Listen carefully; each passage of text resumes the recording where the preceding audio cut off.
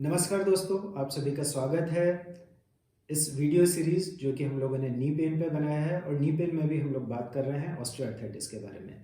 तो पिछले दो वीडियोस में आप देख चुके हैं कि ऑस्टियोआर्थराइटिस किस तरीके से होता है, क्या क्या इसके कारण होते हैं, घुटने के स्ट्रक्चर को हम समझ चुके हैं। हम लोग ये जान चुके हैं कि जब भी आप डॉक्टर के पास जाएंगे तो किस तरीके से इन्वेस्टिगेशन किए जाएंगे, क्या क्या जाँचें की जाएंगी। और इस वीडियो में हम लोग एक बहुत ही ज़रूरी मुद्दे पे बात करेंगे, एक बहुत ही ज़रूरी टॉपिक पे बात करेंगे कि क्या-क्या ट्रीटमेंट ऑप्शन हमारे पास में उपलब्ध होते हैं। जैसा कि हम लोगों ने पिछले वीडियो में बात किया कि ट्रीटमेंट इस आधार पर डिसाइड किया जाएगा कि आपकी बीमारी की अवस्था क्या है। तो उदाहरण के रूप में यदि आपकी बीमारी की शुरुआती अवस्था है, अर्ली स्टेज है, जिसमें आपको सिर्फ एक्टिविटी में दर्द होता है, माइल्ड क्रेपिटस इसमें हो सकता है, एक्सरे में बहुत ज़्यादा चेंजेस नहीं हैं, तो वो अवस्था में जो ट्रीटमेंट होता है, पहला उसका क्या कारण है ये देखा जाना चाहिए।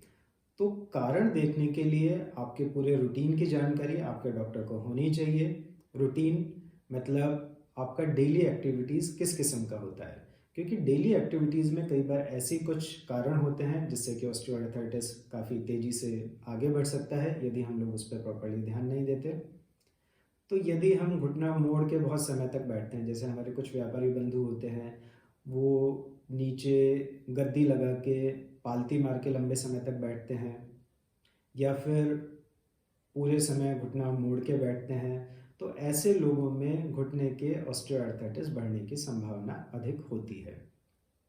इसका एक कारण होता है क्योंकि हमारे जो हम लोगों ने शुरुआती उसमें कार्टिलेज का बात किया था, तो कार्टिलेज जो जॉइंट का पीछे का हिस्सा होता है वहाँ तक नहीं पहुँचती है। तो जब भी हम जोड़ को पूरा मोड़ के बैठते हैं और लंबे समय तक बैठते हैं तो ऑस्टियोआर्थराइटिस के होने की संभावना बढ़ जाती है। परंतु साथ ही मैं आप लोगों को ये भी बताना चाहता हूँ कि इसका मतलब ये नहीं है कि आप कभी अपना घुटना मोड़ें नहीं। कुछ समय के लिए जैसे हम लोग योग की अवस्था में बैठते हैं, और यदि आपको किसी किस्म का ऑस्टियोआर्थराइटिस नहीं है तो आप अपना घुटना मोड़ के ये अवस्था में बैठ सकते हैं। परंतु यदि आपके घुटने में जब ऑस्टियोआर्थराइटिस का प्रारंभ हो चुका है तब आपको डेफिनेटली इस तरह की एक्टिविटीज़ को अवॉइड करना चाहिए।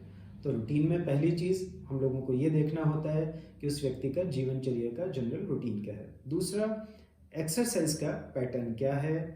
यदि वो वॉकिंग करते हैं तो वॉकिंग सरफेस कैसा है, रनर है तो रोड रनिंग है या ट्रेडमिल पे बहुत ज़्यादा एक्टिविटी करते हैं, या किस किस्म का उनका जनरली फिटनेस का संबंधित यदि वो कोई एक्टिविटी करते हैं तो उसमें कहीं कोई कमी तो नहीं है, उनके फुटवियर में कोई प्रॉब्लम तो नहीं है। ये सभी बातों के बारे में मैंने एक दूसरा वीडियो बनाया है, डिटेल में हम लोग उस वीडियो में इन सभी विषयों पर बात करेंगे। तो पहली चीज़ ये देखा जाता है कि दिनचर्या में किसी किस्म का ऐसा प्रॉब्लम तो नहीं है जो कि ऑस्टियोआर्थराइटिस को बढ़ा रहा है। दूसरा कारण, यदि कोई पुराना स्पोर्ट्स इंजरी है, लिगामेंट का टूटना, गद्दी का फटना, तो उसका भी निवारण इस अवस्था में इसमें होना चाहिए। तो यदि अर्ली ऑस्टियोआर्थराइटिस है, ऑस्टियोआर्थराइटिस की शुरुआती अवस्था है, तो इसके इलाज के लिए सबसे पहले आप लोगों को कुछ दवाइयाँ दी जा सकती हैं। ये दवाइयाँ कार्टिलेज संबंधित सप्लीमेंट्स होते हैं, कोलेजन पेप्टाइड इन्हें बोला जाता है। तो ये जनरली देने से जो हमारी कार्टिलेज का ये एक किस्म का न्यूट्रिशन होता है, तो कार्टिलेज को जब हम न्यूट्रिशन देंगे तो कार्टिलेज मजबूत होगा, मजबूत होने से उसके अंदर घिसावट की संभावना कम हो जाती है। परंतु आप लोगों को ये बात एक क्लियर होना आवश्यक है कि जब भी जोड़ के अंदर घिसावट शुरू हो चुकी है, मतलब कार्टिलेज में डैमेजेस हो चुके हैं, तो आपका डॉक्टर उनको आगे बढ़ना धीमा कर सकता है, ना तो उसे रोका जा सकता है, क्योंकि ये तो एक एजिंग प्रोसेस होता है, तो उसे रोका नहीं जा सकता। पर जिस तेज़ी से वो आगे बढ़ रहा है उसको हम लोग धीमा कर सकते हैं। हम लोग उसे रिवर्स भी नहीं कर सकते हैं, मतलब ऐसा भी नहीं हो सकता कि उस जॉइंट को एक 10 साल पुराना जोड़ दोबारा से बना दिया जाए। तो ये तथ्य आप लोगों को बताने का उद्देश्य ये है कि जिससे कि आप लोग प्रिवेंशन पे ज़्यादा ध्यान दें, मतलब ऑस्टियोआर्थराइटिस हो नहीं, या उसको जितना समय हम लोग उससे दूर रह पाएँ उतना हम लोगों को ऐसा कोशिश करना चाहिए।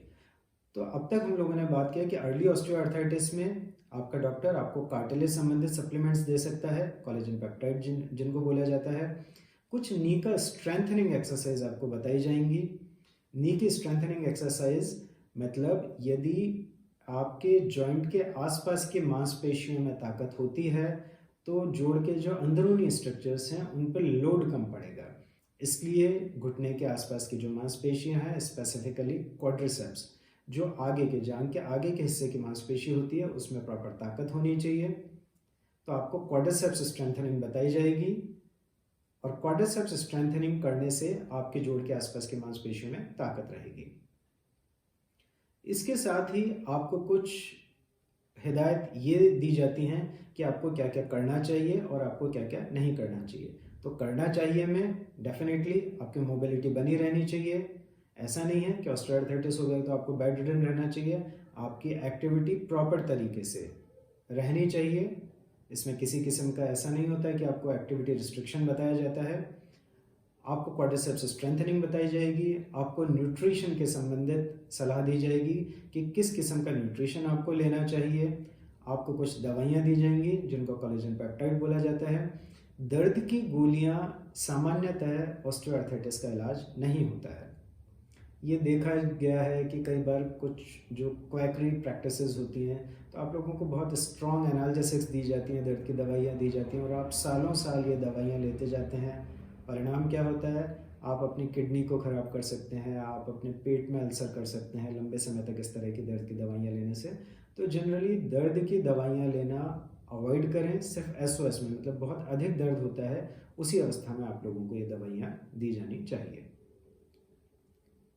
कार्टिलेज सप्लीमेंट्स के साथ में आपके डॉक्टर आपको विटामिन डी, कैल्शियम, B12 इनके सप्लीमेंट्स भी दे सकते हैं यदि उन्हें ऐसा लगता है कि इनमें से किसी भी तत्व की आपके शरीर में कमी है। तो ये हम लोगों ने बात किया अर्ली ऑस्टियोआर्थराइटिस के ट्रीटमेंट के बारे में। मॉडरेट ऑस्टियोआर्थराइटिस मतलब ऑस्टियोआर्थराइटिस की जो मध्यम अवस्था है, जबकि उसमें थोड़े ऑस्टियोफाइट दिखने लग गए, जॉइंट स्पेस में नैरोइंग हो गया, तो उस अवस्था में या तो ये कार्टिलेज सप्लीमेंट से एक बार ट्रायल दिया जा सकता है या फिर हमारे पास में दो ऑप्शन होते हैं। ये होते हैं जॉइंट में इंजेक्शन लगाना। तो जॉइंट में इंजेक्शन भी दो तरीके के होते हैं। पहला जिसे हम स्टेम सेल इंजेक्शन बोलते हैं या फिर सामान्य भाषा में आप लोग इसे PRP समझ सकते हैं, प्लेटलेट रिच प्लाज्मा। मतलब आपका ब्लड लिया जाता है, उसमें से कुछ ऐसे तत्व होते हैं जो कि कार्टिलेज को बढ़ाने में मदद करते हैं, शरीर की रीजनरेटिव कैपेसिटी उसको रीजनरेट करने में थोड़ा सा हेल्पफुल होते हैं। तो इस तरह से आपका ब्लड लेके उसमें से PRP का इंजेक्शन तैयार करके, जैसा कि आप लोग इस पिक्चर में साइड में देख सकते हैं, और आपके जॉइंट में लगाया जाता है। जनरली PRP के परिणाम अच्छे होते हैं। लॉन्ग टर्म डाटा अभी इस बारे में बहुत उपलब्ध नहीं है, परंतु फिर भी ये काफ़ी सेंटर्स पे इसका उपयोग किया जाता है। स्टेम सेल थेरेपी में शरीर के दूसरे हिस्से से भी स्टेम सेल को निकाला जा सकता है, फैट से, बोन मैरो से। इस तरीके से ये जो स्टेम सेल्स होती हैं या फिर जो रीजनरेटिव सेल्स होती हैं उनको एकत्र करके और आपके जॉइंट में दोबारा इंजेक्ट किया जाता है, जिससे कि जॉइंट के अंदर रीजनरेशन हो जाए। परंतु ये चीज़ें बहुत ही ध्यान देने योग्य या आप लोगों को ये जानना बहुत आवश्यक है कि ये सिर्फ घुटने की अर्ली टू मॉडरेट स्टेज के अंदर इस तरह की थेरेपीज काम कर सकती हैं। एडवांस स्टेज होती है तो कभी भी इस तरह की थेरेपीज का ट्रायल मेरे विचार में बहुत ज़्यादा इफेक्टिव नहीं होता है। जॉइंट के इंजेक्शन के अलावा एक जो ट्रीटमेंट होता है उसे बोला जाता है आर्थ्रोस्कोपिक डिब्राइडमेंट एंड लवाज। मतलब दूरबीन के द्वारा जो आपके जॉइंट के जो अनस्टेबल फ्रेगमेंट है, कार्टिलेज के जो लूज फ्रेगमेंट हैं, उनको निकाला जाता है, उनको स्मूथ किया जाता है। जॉइंट की जो गद्दी है उसके अंदर जो थोड़ी बहुत घिसावट हो गई है, फटाव है, उसको डिब्राइड कर दिया जाता है। परंतु अगेन आर्थ्रोस्कोपिक डिब्राइडमेंट भी अर्ली टू मॉडरेट ऑस्टियोआर्थराइटिस में ही काम करता है। कभी भी ये एडवांस स्टेज में इसका उपयोग बहुत ज़्यादा नहीं है। तीसरी अवस्था है एडवांस स्टेज। एडवांस स्टेज में जैसा आप लोग इस पिक्चर में देख सकते हैं कि पैर में, घुटनों में एक किस्म का टेढ़ापन आना शुरू हो गया, एक्सरे में जॉइंट स्पेस नैरोइंग दिखेगी, ऑस्टियोफाइट हड्डी बहुत ज़्यादा ऊबड़ खाबड़ दिखेगी। इस अवस्था में आप में से जब भी कोई होता है तो जॉइंट रिप्लेसमेंट मतलब जोड़ का बदलना, इसके अलावा कोई दूसरा ऑप्शन जनरली नहीं होता है। ये अवस्था में किसी किस्म की गोली दवाइयाँ, जॉइंट के इंजेक्शन, आर्थ्रोस्कोपिक डिब्राइडमेंट एंड लवाज काम नहीं करते हैं। यदि जोड़ की घिसावट इस अवस्था में पहुंच चुकी है तो जॉइंट रिप्लेसमेंट ही इसमें एकमात्र ऑप्शन होता है। जॉइंट रिप्लेसमेंट में भी काफ़ी एडवांसेस हैं। तो उसके लिए जो जोड़ का एक सिर्फ डिजीज़ हिस्सा है या जो डैमेज हिस्सा है सिर्फ उसी को भी बदला जा सकता है, या टोटल नी रिप्लेसमेंट पूरे जोड़ को भी बदलने का काम इसमें किया जा सकता है। तो दोस्तों, इस तरह से इस वीडियो में हम लोगों ने ये समझा कि जो ऑस्टियोआर्थराइटिस की बीमारी की स्टेज होती है, अर्ली, मॉडरेट एंड एडवांस, उसके आधार पे ट्रीटमेंट डिफाइन किया जाता है। अर्ली स्टेज के अंदर कुछ दवाइयों से, स्ट्रेंथनिंग से, न्यूट्रिशन से, अपने दिनचर्या में बदलाव से हम लोग उसको धीमा कर सकते हैं। मॉडरेट स्टेज में ये जो मैंने आपको पहले सभी एक्टिविटीज़ बताई, इनके साथ में जो जॉइंट में इंजेक्शन लगाए जा सकते हैं। इंजेक्शन दो तरीके के होते हैं, एक तो पीआरपी या स्टेम सेल का इंजेक्शन होता है, या फिर विस्कस इंजेक्शन होता है, मतलब जॉइंट में चिकनाई को इंजेक्ट कर सकते हैं। और एडवांस स्टेज के अंदर इसमें जोड़ बदलने का जो सर्जरी है वो जनरली किया जाता है। और जो दूसरे किस्म का इंजेक्शन होता है पीआरपी और स्टेम सेल के अलावा, उसको बोला जाता है विस्कस सप्लीमेंटेशन, विस्को सप्लीमेंटेशन। मतलब चिकनाई के इंजेक्शन होते हैं। ऐसे कुछ इंजेक्शंस होते हैं जो कि प्रीफिल्ड आते हैं, बने बनाए आते हैं। तो इस तरह के इंजेक्शन को जब भी जोड़ के अंदर इंजेक्ट किया जाता है तो ये एक किस्म का न्यूट्रिशन हमारे कार्टिलेज को प्रोवाइड करवाते हैं, जिससे कि कार्टिलेज रिच होती है और ऑस्टियोआर्थराइटिस का प्रोग्रेशन धीमा पड़ सकता है। इस तरह के इंजेक्शंस के भी परिणाम काफ़ी अच्छे देखे गए हैं। तो दोस्तों, धन्यवाद इस वीडियो को देखने के लिए, और मैं उम्मीद करता हूँ कि यह नॉलेज आपके दिनचर्या में, आपकी जीवनचर्या में उपयोगी साबित होगी और आप ऑस्टियोआर्थराइटिस से बचे रह सकते हैं। धन्यवाद।